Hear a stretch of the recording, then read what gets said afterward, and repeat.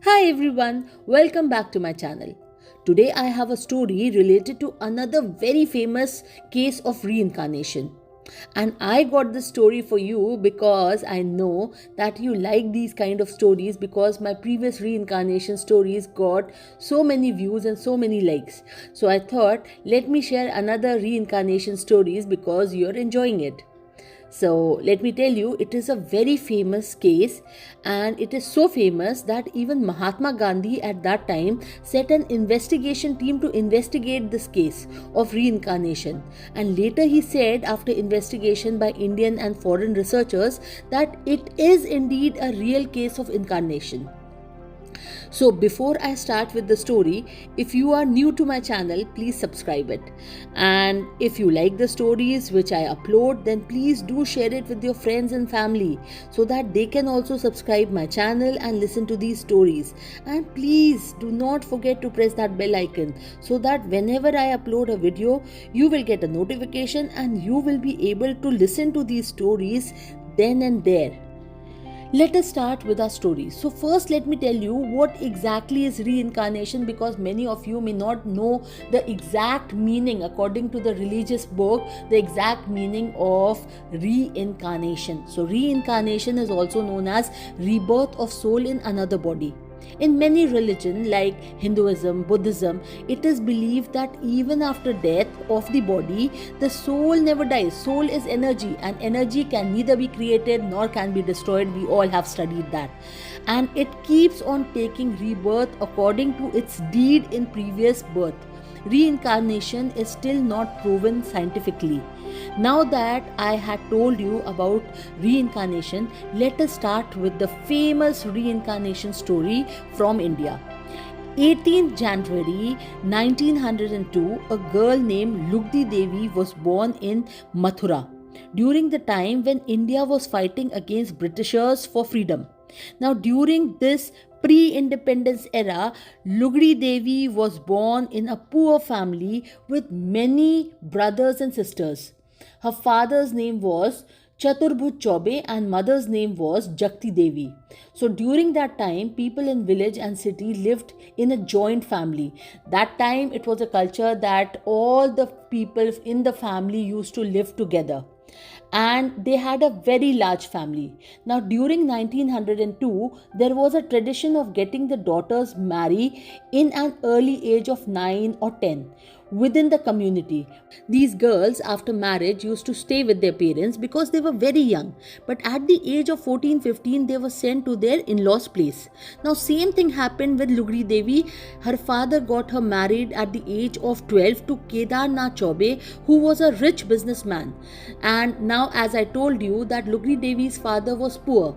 So he wanted his daughter to marry somebody who has money so that she can live happily. He had a garment shop and factory near the Mathura temple. Now, many people claim that Lugdi Devi's father took some loan from Kedarnath Chaube. So, he got his daughter married to him against that loan. Now, few years after that, at the age of 15 and 16, Lugdi Devi went to live with her husband and his family. But few years after, Kedarnath bought a separate home from his family home, and there Lugdi Devi, Kedarnath Chaube and his brother lived together. Now, Kedarnath Chaube was a Brahmin, so they did not eat any non-veg food and had a very strict religious lifestyle. Lugdi Devi adjusted to that lifestyle very well because she herself before marriage was from a Brahmin family. She and Kedarnath loved each other a lot and had a happy life together. But due to less age of Lugdi Devi, she was not getting pregnant and had some medical complication. But at the age of 22, she became pregnant with a child. Throughout the pregnancy, she remained unwell. She was taken to many doctors, but there was no improvement in her health. Kedarnath Chaube and his brother took a lot of care of Lugdi Devi. During Lugdi Devi's pregnancy, few months later, Lugdi Devi gave birth to a beautiful baby boy. They kept his name Navneet Lal Chaube. Lugdi Devi, who was suffering from medical complication during pregnancy as well as arthritis which had incapacitated her completely, was admitted to hospital many times, but nothing worked. And Lugdi Devi died on 4th October 1925. But before dying, She asked her husband to never marry again.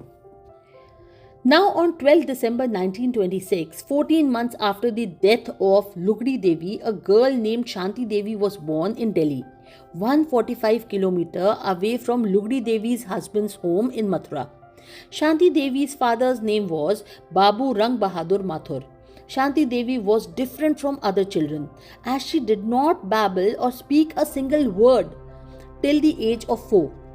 At the age of 4, she began to speak but in different dialect than her current family. She used to tell her mother that this is not her real family and they are not her real parents and her real family is in Mathura. She had a husband, his name is Kedarnath Chaube. She used to describe his features that he is tall, fair with a birthmark on his cheek, he wears glasses with a circular frame. She also told her mother that she had a son. Shanti Devi's viewpoint was like an adult woman. Initially, her mother did not believe her and told everything to Shanti Devi's father Babu Rang Bahadur Mathur. So initially, only 2 people believed in the story which Shanti Devi was telling. One was her teacher at school who asked her to describe everything in detail and later helped Shanti Devi's father to search Kedarnath Chaube. And the second person was Babu Rang Bahadur Mathur, that is Shanti Devi's father, who believed Shanti Devi's story. Now Shanti Devi's father believed her and listened to her as she was telling everything in so much detail, which was impossible for a child to know at that age. Shanti Devi told her father that in previous birth her name was Lugdi Devi Chaube and she was a Brahmin. In her current house, everybody ate non-veg. But she said that I'm a Brahmin, so I cannot eat non-veg. She followed other Brahmin rituals too. She also told her father about her husband Kedarnath Chaube's business, that he has a garment shop and factory near Mathura temple. She also told about her son. While talking about her son, she used to get upset because after giving birth to Nonit Lal Chaube, she was only able to see his son once. Thereafter, she became ill and then died in the hospital. She described her in-laws' family and the house in detail. After which, Shanti Devi's father Babu Rang Bahadur Mathur went to Mathura.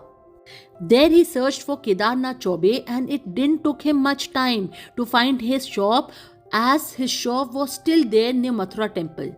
When Shanti Devi's father told Kedarnath everything about her daughter's claim, Kedarnath Chaube was surprised and was in disbelief.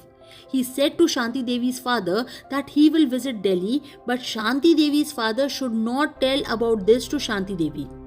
After 2-3 days, when Kedarnath Chaube with Shanti Devi's son Nonit Lal Chaube and brother Kanjimal Chaube visited Delhi to Shanti Devi's house, Shanti Devi looked at him and immediately recognized him. She was happy to meet her son Nonit Lal Chaube, who was a year elder to her. She hugged her son and she cried a lot. Shanti Devi first told her husband that she is angry with him as he broke his promise and he married again. Listening to this, Kedarnath Chaube was shocked. Then Kedarnath Chaube asked Shanti Devi's father if he could speak to Shanti Devi alone. Shanti Devi's father agreed. Then Shanti Devi told Kedarnath many things about their private life, which only Kedarnath Chaube or his wife Lugdi Devi could have known. This convinced Kedarnath that it is indeed her wife Lugdi Devi's soul. Shanti Devi then begged Kedarnath Chaube to take her to Mathura as she wanted to live with him. Soon the news was spread by the media and it caught the attention of political leader Mahatma Gandhi, who then visited Shanti Devi's home and invited her to his ashram. Gandhiji appointed a committee of inquiry of 15 prominent people to investigate this case. The body included 2 lawyers, one of them was Tara Chand Mathur, 2 journalists of national stature and government officials of impeccable character. At the age of 9, on 24th November 1935, Shanti Devi fulfilled her dream to visit Mathura, accompanied by her parents and committee members. According to reports, as soon as they reached Mathura, she became overjoyed and told everyone that by the time they will reach Mathura, the temple door will be closed. Her exact word was, "Mandir ka pat band ho jayega." These words are typically used in Mathura. On the station, she got down and touched a stranger's feet. When asked by the committee who he was, she said that he is Baburam Chaube, her elder brother-in-law.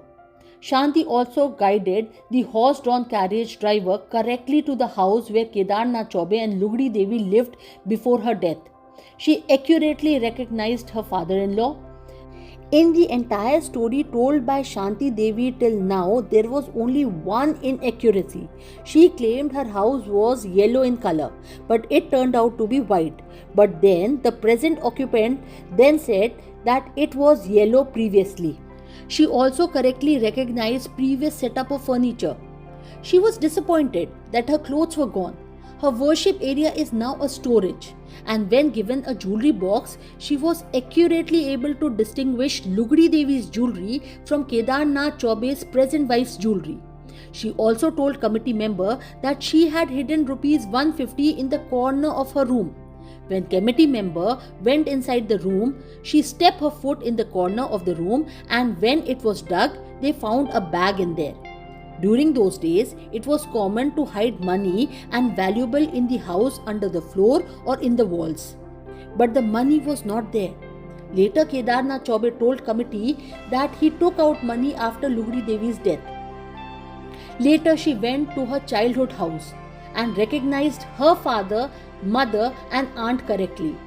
The committee published a report in 1936.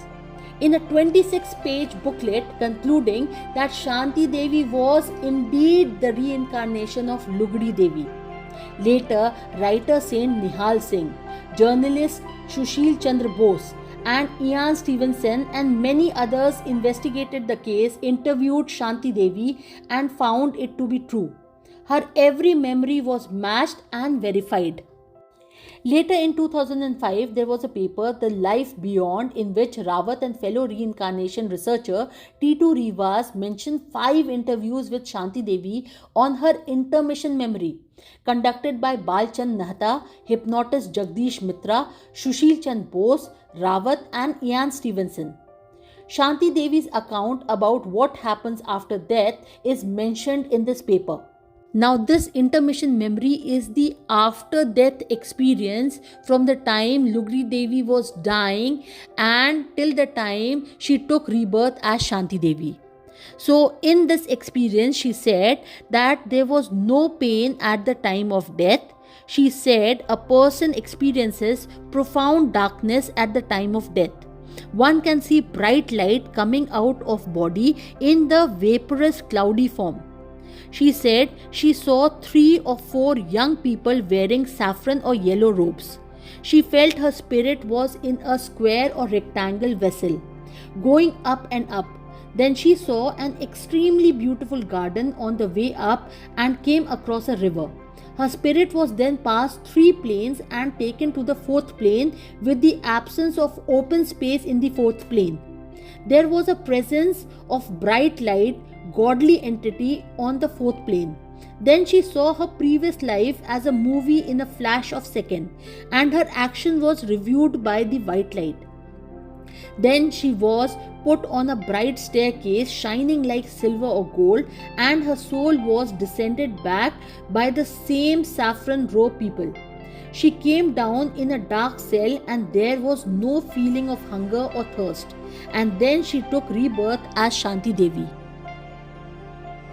Shanti Devi never married. She said her husband was Kedarnath Chaube, and after his death, she said she is a widow, and according to Hindu custom, at that time, widows did not remarry.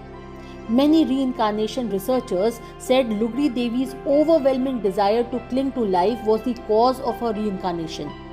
Shanti Devi also remembered her funeral and said her soul had no sense of time and space. She also said all universe is part of us and we are part of universe. Everything is one and we merge into one bright light. You can read the story of Shanti Devi in detail in a book called I Have Lived Before by Swedish writer Sture Lonerstrand in 1998.